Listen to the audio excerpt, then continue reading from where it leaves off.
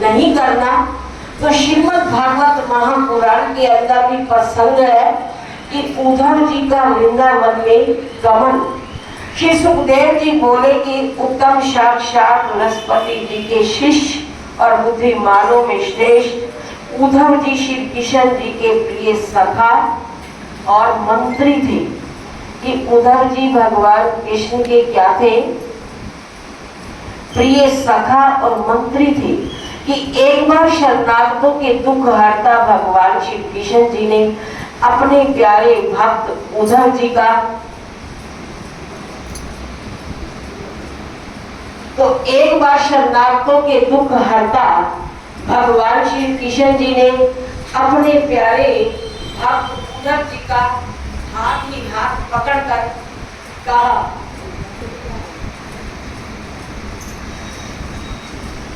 अपने प्यारे भक्त उद्धव जी का हाथ से हाथ पकड़कर कहा कि हे उद्धव जी, कि आप ब्रज में जाकर ऐसा उपाय करो कि जिसमें हमारे माता पिता प्रसन्न हो। कि आप ब्रज में जाकर कोई ऐसी युक्ति सोचो, कोई ऐसा उपाय सोचो कि जिससे हमारे माता पिता जो उदास हैं उनके दिल के अंदर इस बात का विनय है कि कब भगवान कृष्ण हमें मिलेंगे।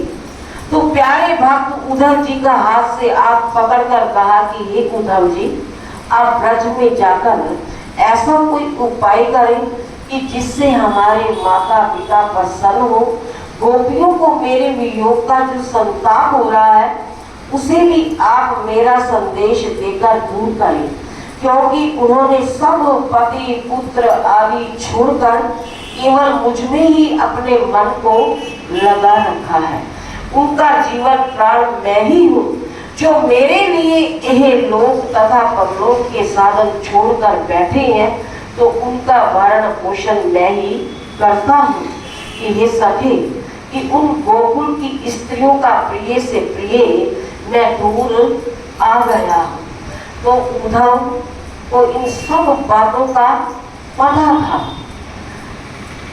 तो इसलिए ब्रजवासियों को बार बार यही कह रहे थे कि आप जाओ और माता पिता का ख्याल करो, कि जो हर वक्त उदास रहते हैं, कि उनका दिल हमारे अंदर लगा हुआ है। तो कहती हैं कि जब दिल के अंदर विरह होता है, दिल के अंदर कोई बात होती है, तो जीव बता नहीं सकता, केवल अंदर महसूस करता है कि ये कार्य हो तो कैसे हो।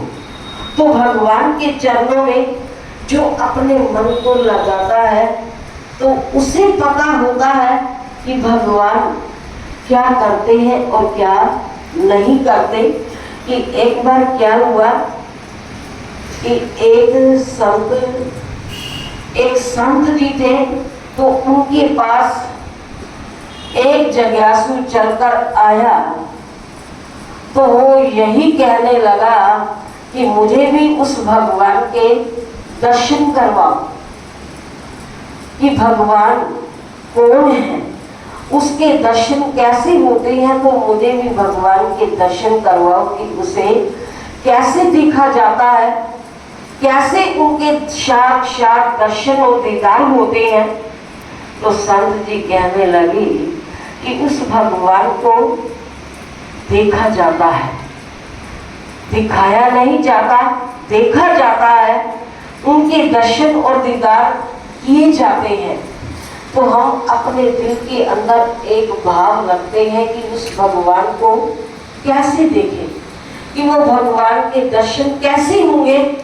दिल के अंदर यही लालसा हो, मन के अंदर यही भाव हो, तो उस प्रभु को तो केवल अनुभव के द्वारा जाना जाता है, देखा जाता है। कोई वो पकड़े जाने वाली कोई वस्तु नहीं, कोई चीज नहीं कि हम उसे पकड़कर दिखा दे।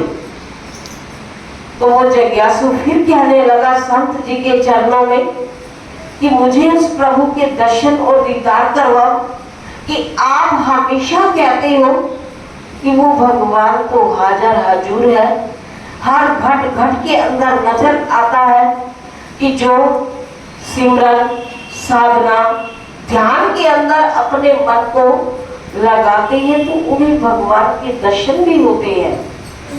तो संत कहने लगे कि जब हम सिमरन के अंदर बैठे हैं तो उस प्रभु के हमें दर्शन होते हैं, तो उस प्रभु की झलक, उस प्रभु की झांकियां हमें नजर आती हैं।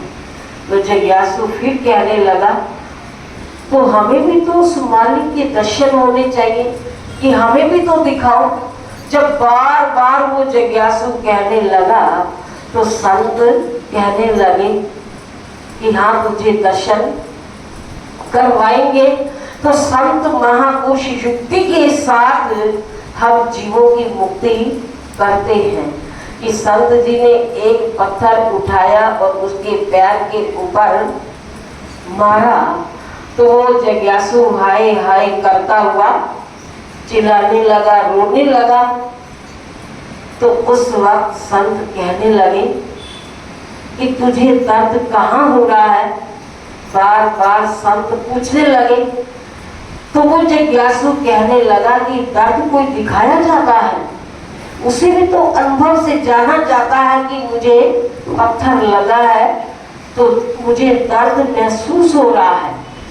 तो संत कहने लगे कि जैसे तू बोल रहा है तो ऐसे ही उस मालिक को भी अनुभव के द्वारा जाना जाता है। वो कोई पकड़े जाने वाली कोई वस्तु नहीं, कोई पदार्थ नहीं, कोई चीज नहीं, तो उसे भी अनुभव के द्वारा जाना जाता है।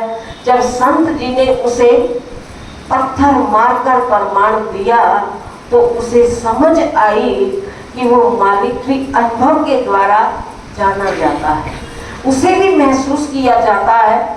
तो पकड़कर उसे कैसे दिखाते।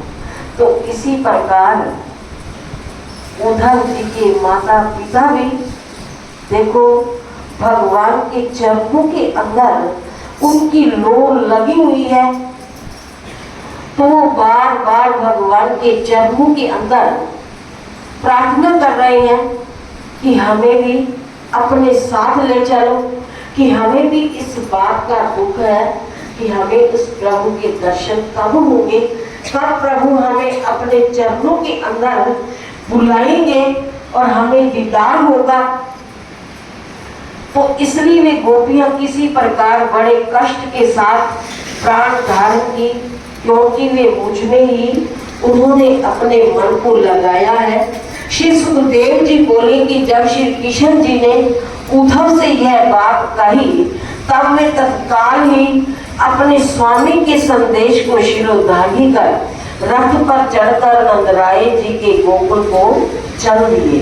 तो श्रीमान उद्धव जी सूर्य अस्त होते समय श्री नंद जी के ब्रज में पहुंचे। तो उस समय लौटते हुए पशुओं के खुरों की रज से उनका रथ ढक गया और